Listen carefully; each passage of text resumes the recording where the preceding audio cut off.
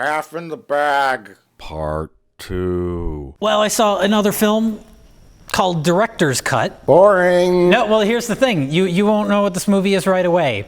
But as I explain it, you'll know what I'm talking about. It's a horror film about a killer director. Well, no, not exactly. Who all bought a line in the movie? Oh, me. I bought a line. Action. It's like they're... Action. It's a movie that was it was crowdfunded and filmed a few years ago, and they couldn't get any distribution for it. And the reason they couldn't get any distribution for it, it was written and stars... Kevin Spacey? But no, the movie was written and starring Penn Jillette of Penn and Teller fame. And at the time that he was trying to get it picked up for distribution, it played film festivals, and they didn't pick it up because, in his own words, it reminded people of this Star Wars review thing on the internet. But this is that movie. It finally came out, and it really isn't like that at all. It's very, very vaguely. There's a couple kind of parts where you can see the connection. Yes. And I remember him, he's like sitting in the camera like this. Yeah. Toronto has turned us down. They compared it. They thought the idea was a little like some Star Wars thing, which I don't know about, so I can't comment on. It's like they said it reminded of some Star Wars thing on YouTube. And then he had no idea what they were talking about. Please, Penn Jillette, don't make me disappear.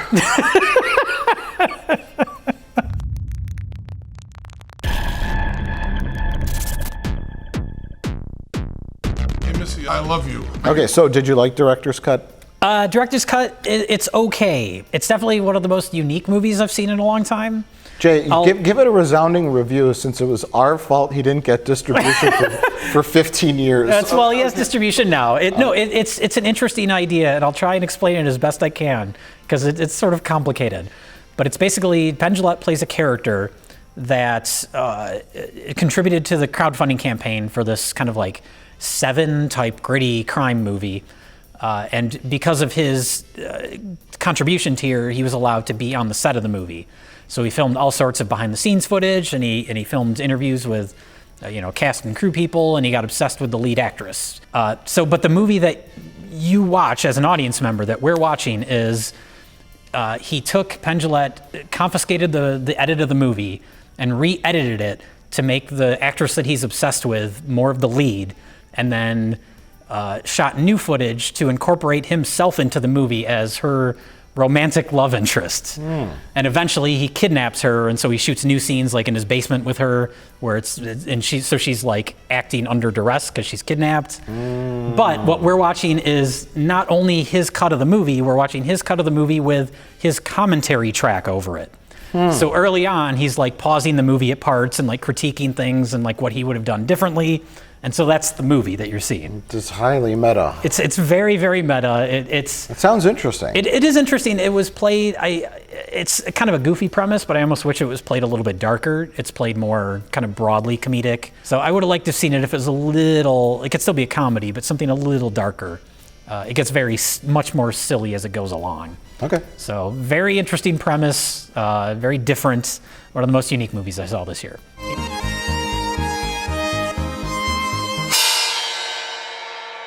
I take filmmaking very seriously. Real quick, I saw a movie called Please Stand By.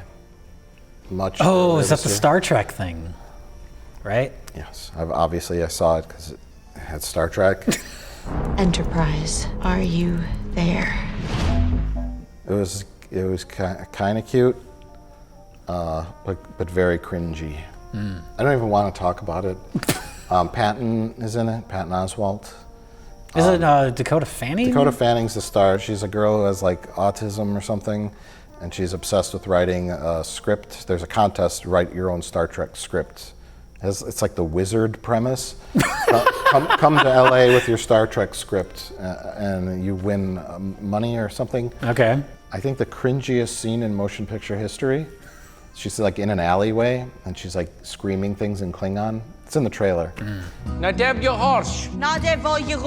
What language is that? It's Klingon. Patton Oswalt, he's a cop, but he's a nerd, and so he. Wait, Patton Oswalt plays a nerd? He plays a nerd, a nerdy cop. who happens to speak Klingon.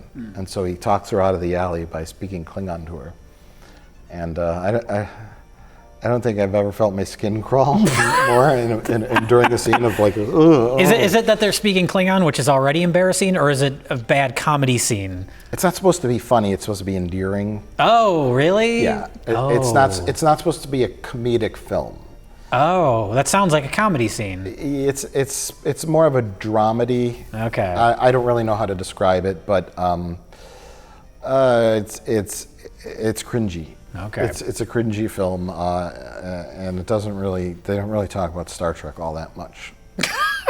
Well, that's the real problem. That's the real problem. That's all I got. It ain't gonna win many Academy Awards. It won't win Best Kiss? No. It might win Best Speaking Klingon Scene in an Alley. Most cringy scene? They should have that as an award. Most cringe-inducing.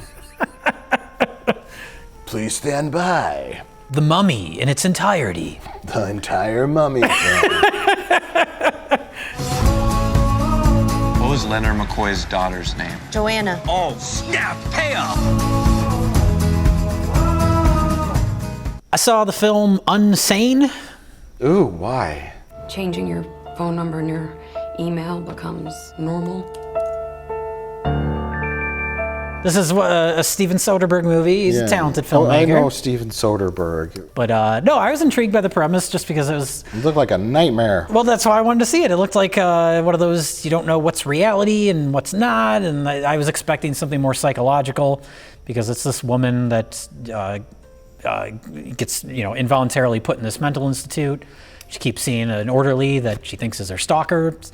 So I thought, oh, this is interesting. Like, she's not gonna know what's reality. Is she actually crazy? Is the stalker really there? But then everything is cleared up very early in the movie. You know exactly what's happening. Everything's just laid out straight, and there's no psychological element to it. And it's not terrible, but I was very disappointed that it wasn't more. I was expecting something more kind of surreal, and it's just like, oh, this is what's happening. Okay. It's really well acted. He's here. Or maybe it's all in my head.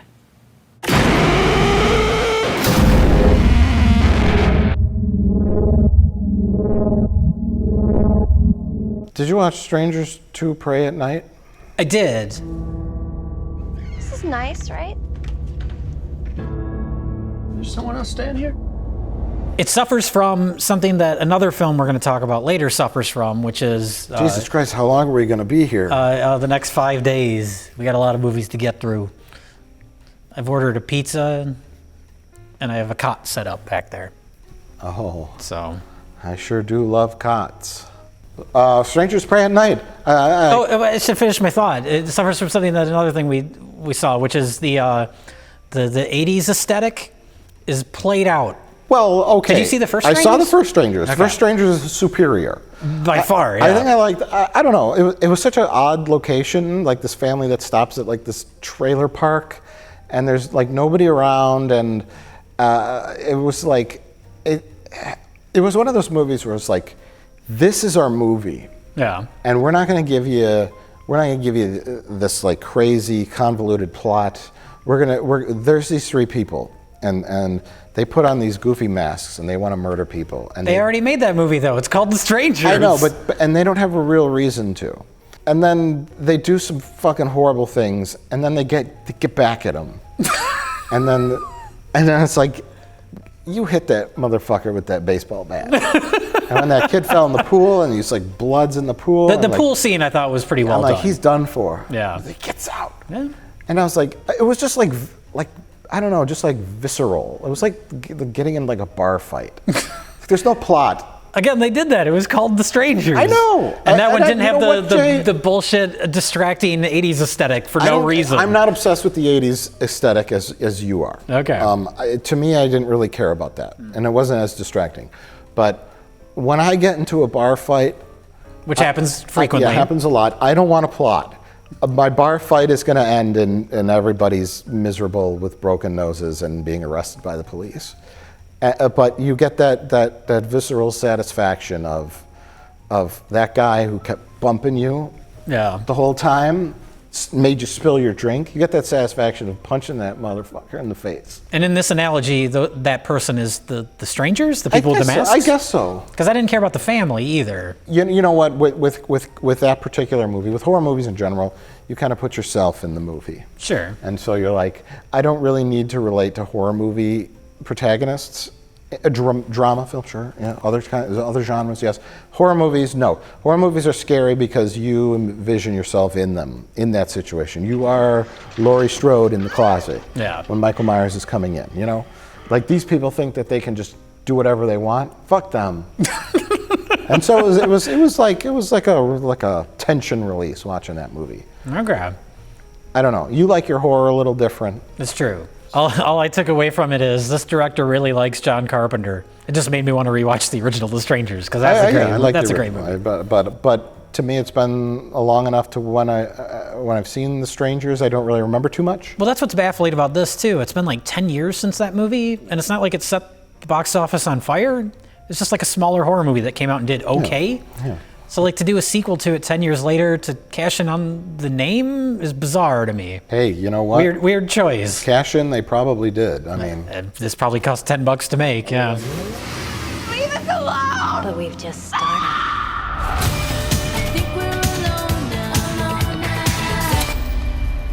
what else you got? I saw Isle of Dogs. The Japanese archipelago, 20 years in the future. It is a Wes Anderson movie. And all right. That's all you need to know. It's kind of like, I mean, people have a different perception of Woody Allen now than they used to, but for the longest time it was like, oh, new Woody Allen movie. It'll be a Woody Allen movie. You'll get exactly what you expect from it, and that's completely fine.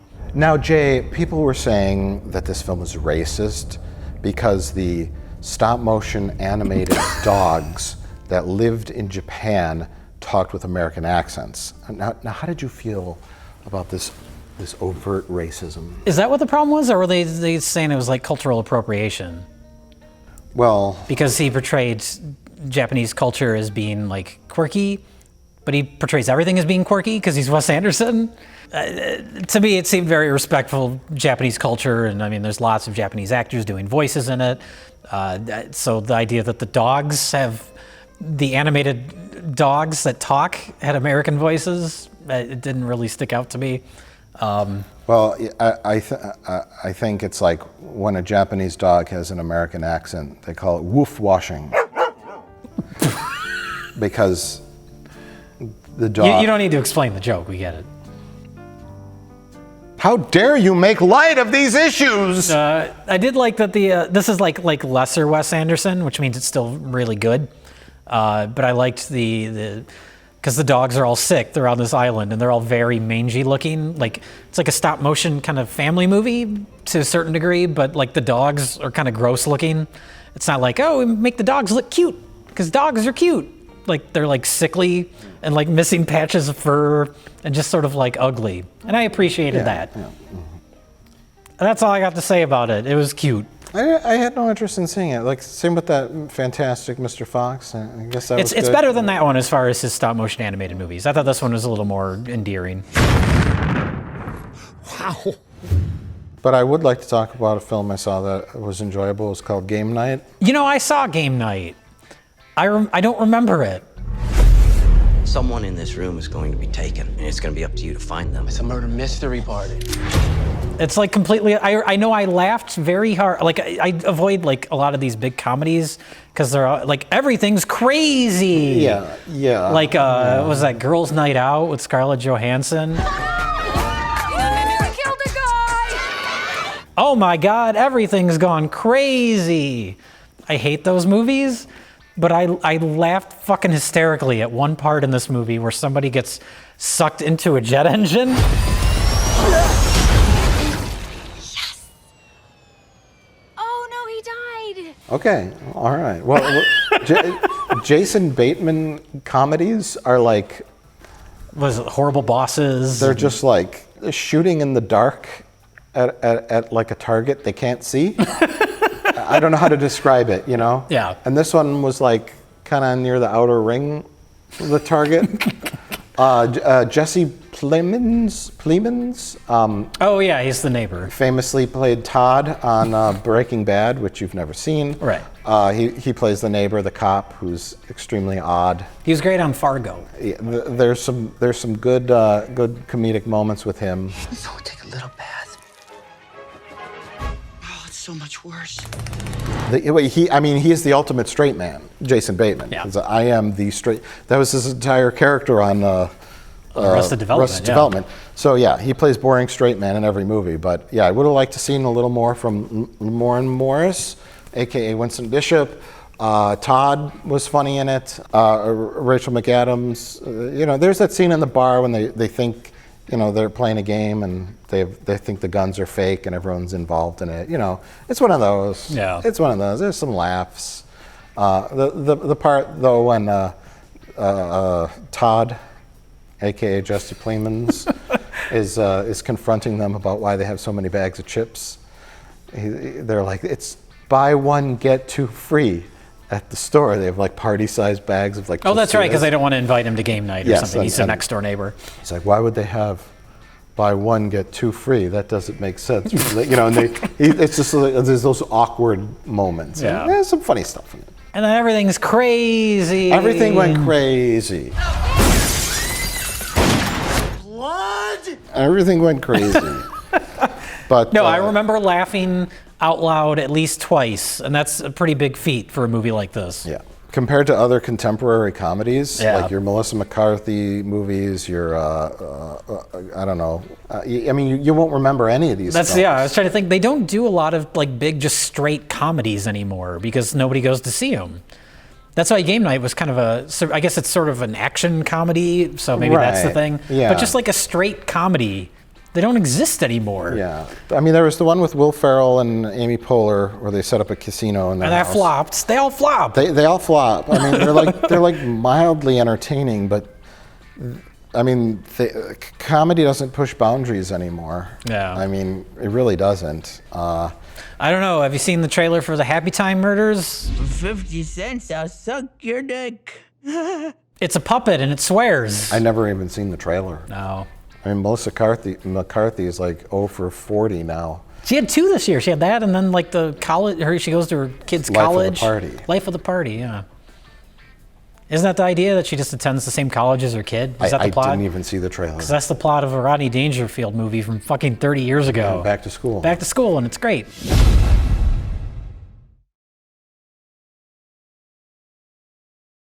Okay, one of the more memorable trailers this year was a film called Upgrade. I need your permission to operate independently. Permission granted! Thank you.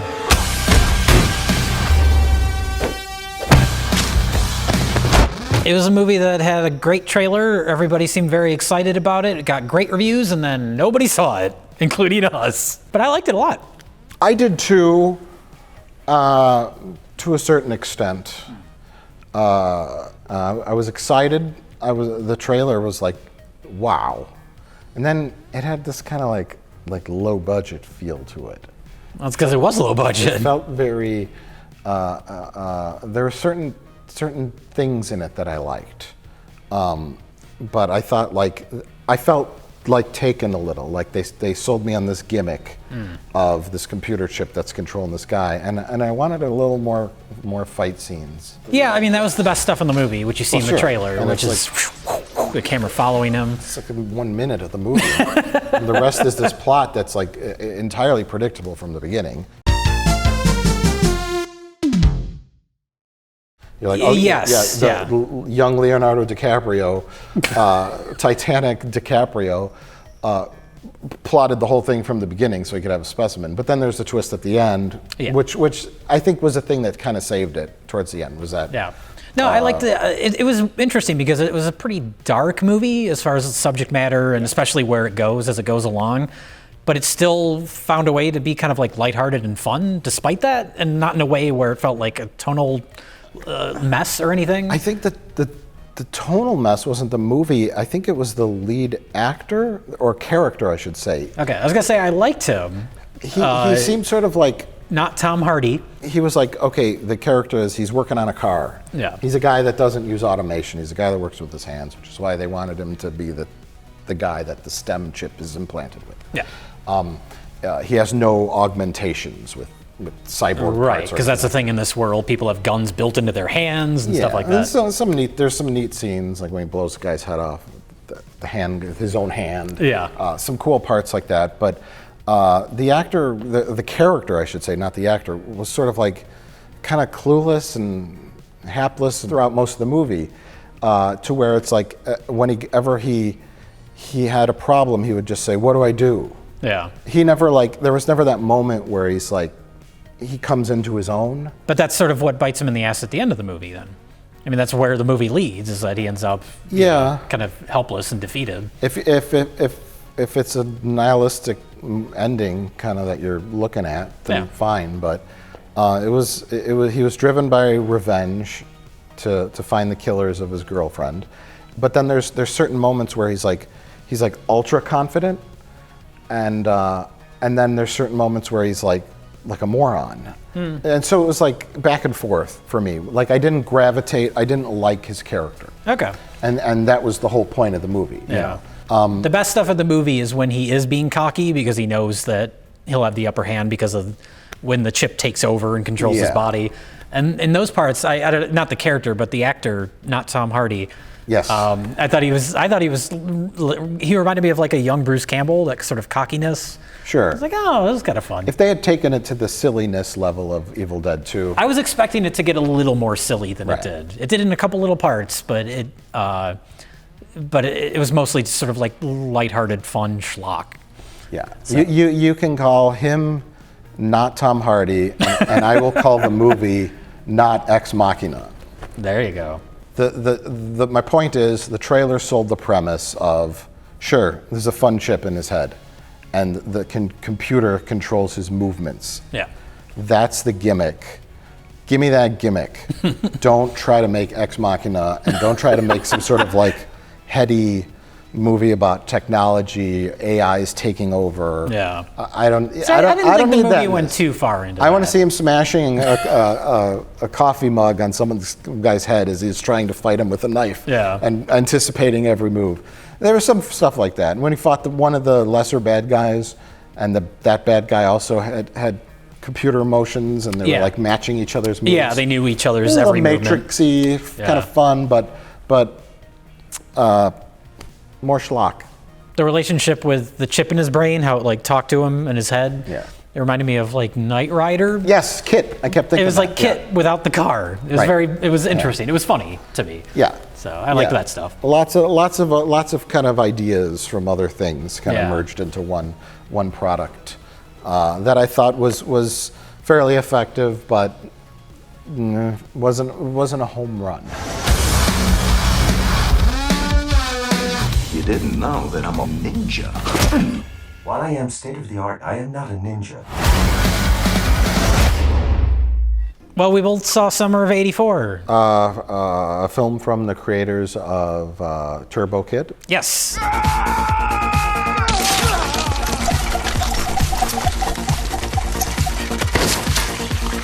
The Cape May Chronicle received a letter from an individual calling themselves the Cape May Slayer. There's a serial killer on the loose. What else could possibly be this exciting? Incoming titties. It's a trio of directors. They do everything together, I Canadians, guess. Canadians, yeah. Yeah, Turbo Kid, though, one of the most entertaining movies the year it came out. I loved Turbo Kid. Did the trio write Turbo Kid? I believe so, yeah. Okay. Yeah, they wrote and directed that. They just directed this based on someone else's script. And I'm just picturing them, they were probably in production on this movie while like Stranger Things came out. And I'm picturing them while still making the movie, seeing Stranger Things rise in popularity and just going, oh, fuck. I mean, the comparison is obviously to Stranger Things because you got the 80s, you got the same type of soundtrack, you got kids on bikes going searching for a mystery. Walkie-talkies. I think I'm done with this whole 80s nostalgia thing. The 80s nostalgia's played out. To me, Stranger Things has played out. Yes. We did an episode on the first season. I thought the first season was charming. I was like, oh, what are they going to do with it next? And then the second season happened, and you're like, oh, they don't have any other ideas. they're just going to do the same thing again. Yeah. So I'm done with Stranger Things. I'm done with this. There's like different waves of 80s nostalgia. What we're in now with like, and Turbo Kid kind of like when it came out, that's sort of fresh and fun because there wasn't so much of it. But now it's like a romanticized 80s where it's not just that it's trying to be like an 80s movie, but it's sort of this heightened nostalgic version of the 80s. But yeah, the advantage with Summer of '84 versus Stranger Things is that it's not 14 hours long. Yeah, and it's not 5 different genres. yes. It's pretty straightforward. I thought it got more interesting as it went along because the first like hour or so, it just felt so played out, like we've seen this. But then the story kind of goes in a direction I was not exactly expecting, so that almost salvaged it, but I didn't really care by that point. It's a slow-moving movie, and the 80s in Stranger Things, they're celebrating, Ghostbusters and monsters and that. To me, the 80s that I remember was, you're going to get kidnapped. You know what I mean? That's true, yeah. That was the era of faces on milk cartons. Yeah. That was which is the poster for this movie plays on that. Yeah, there's a heightened awareness of more kidnappings in the 80s, and that was a thing. Yeah. And I remember at school, stranger danger, if you see someone that's weird, call the police. Yeah. And so that was a thing. And to me, that grounded it in reality. It wasn't the movie, like you said, romanticized version of the 80s. It was like the real 80s. Yeah. And yes, it was a slow-moving movie, and these kids they're suspicious of their neighbor, who's a police officer, and so they suspect him of being like a serial kidnapper, murderer, serial killer, essentially. And so it's them like, spying on him and doing all these things, and so you're watching lots of movies, you kind of like, okay, what's the twist?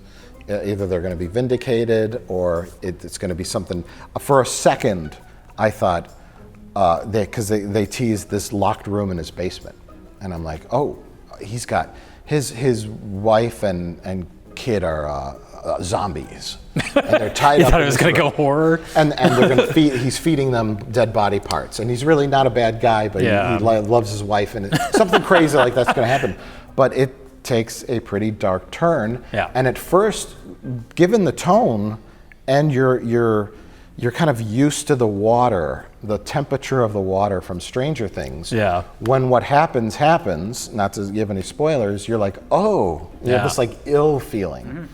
And then it lasts just long enough for me to kind of like come to terms with that and kind of go, this is a reality check, and this is a good like coming of age kind of story.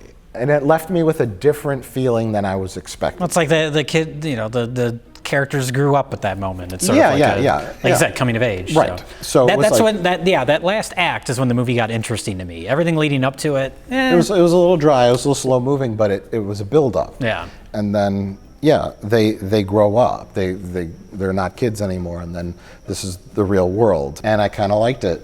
I think it suffers from, and not to compare it to Stranger Things too much more, but like the main kids, the kids on their bikes, are all pretty uninteresting together. There's like no chemistry between them or something, where it's like Stranger Things or like the movie It that came out last year. All those kids are very like distinct and they're very well acted. And none of the kids are bad in this movie, but they just don't gel. Like I don't even think I can even like remember what any of them look like. Everyone stood out in It or in Stranger Things. There's the big fat kid. So I was very okay with the stereotypical type of characters that you would expect from an 80s type movie. They felt more realistic. I don't know. Stranger Things. We're done. Can we be done with the 80s nostalgia thing? Yes, Stranger Things. Is the 80s the most nostalgia-ized decade? We were barely out of the 80s when 80s nostalgia started. There's like the VH1 show, hey, remember the 80s? The Wedding Singer. In the 90s, it was the 70s. In the 90s, it was the 80s already, too, though. No, and we're still in the 80s. We got to be done with it.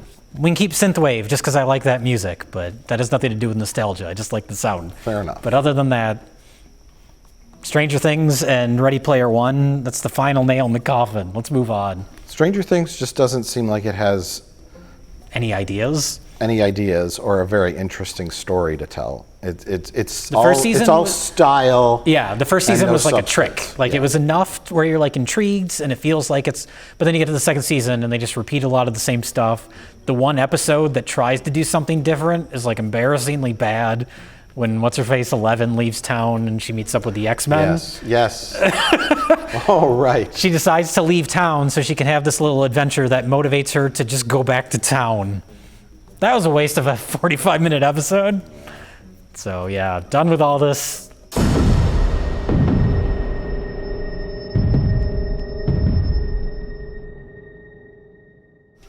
We've saved the best for last. I now need to talk about the most artistically ambitious film. One of the biggest films released in 2018 that we just did not talk about. One of the most critically acclaimed films, not only of this year, but possibly of the last decade. I'm talking about Puppet Master, The Littlest Reich. Jesus. Well, you definitely seem like a toy that a maniac would make. A movie about killer Nazi puppets. I was actually surprisingly looking forward to this. It's a reboot of the Puppet Master series. You gotta change your life priorities. No, I'll explain why.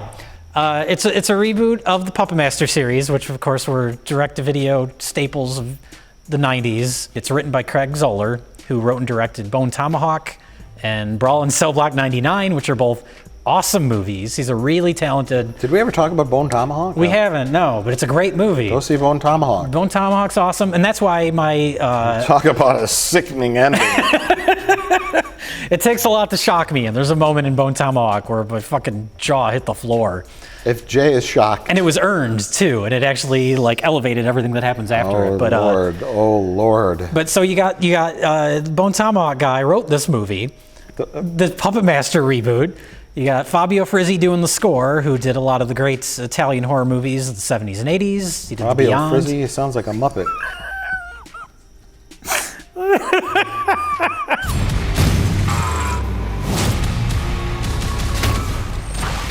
You got a good cast. You got Udo Kier. Udo Kier is in American Animals. Oh, okay. He has a very small part in that. He has a very small part in this, too. I think that's his thing. That's his thing. He shows up. They're like, we need a weird guy. Bring in Udo Kier. So you have all these people involved. So it's like, oh, this is going to be a classy production. This Puppet Master reboot. Oh, let me jump ahead. Were you disappointed in the Puppet Master reboot? You know what? I was in a movie that I shouldn't have been excited for, but then all these people involved, I was like, wow, this is how you do a reboot. You get talented people, and you take a premise that is kind of intriguing but not done well, because all those Puppet Master movies are boring and they suck, but they got cool puppet designs and the concept's good. And this is not a good movie, but it's still the best Puppet Master movie. This feels like something that Craig Zoller wrote like just over a weekend. He slapped it together as a joke, and then the punchline is that they actually made it. Do you like The Revenant? They wrote it over a weekend and decided to make it as a joke. I don't know, he's in the woods. He wanders around a bit, yeah. Or a bear gets out. Yeah.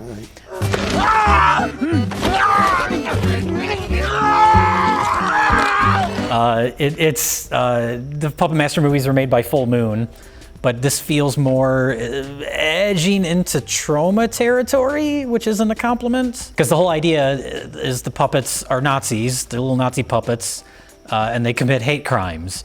Where it's like, yeah, exactly. Where it's like, oh, we're look how edgy we're being. Look how they really show them committing hate crimes. Well, that's the whole idea. Is all these people are gathered in this hotel.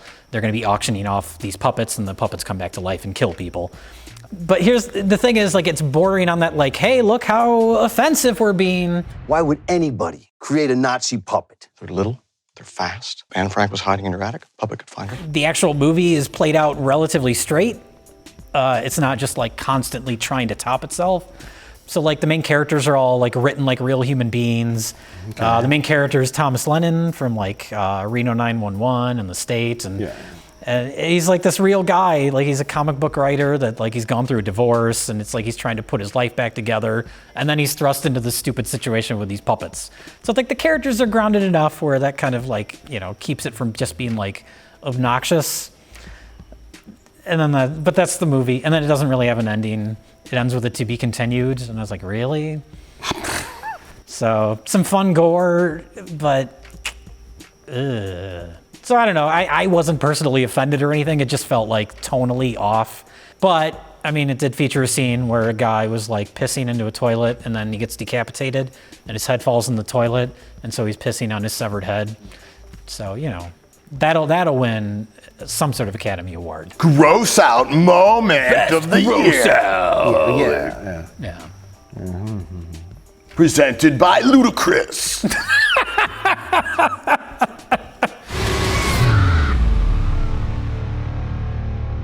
Well, that's all we have for 2018 so far. If we see a bunch of cool movies from now until the end of December, maybe we'll come back at the end of the year. Sure. Talk about stuff we didn't talk about on Half in the Bag proper. Until then, we got to find a way to display our gremlin arms. I know you love gremlins too, Jay. Yes. But I'm going to keep this particular arm away from you.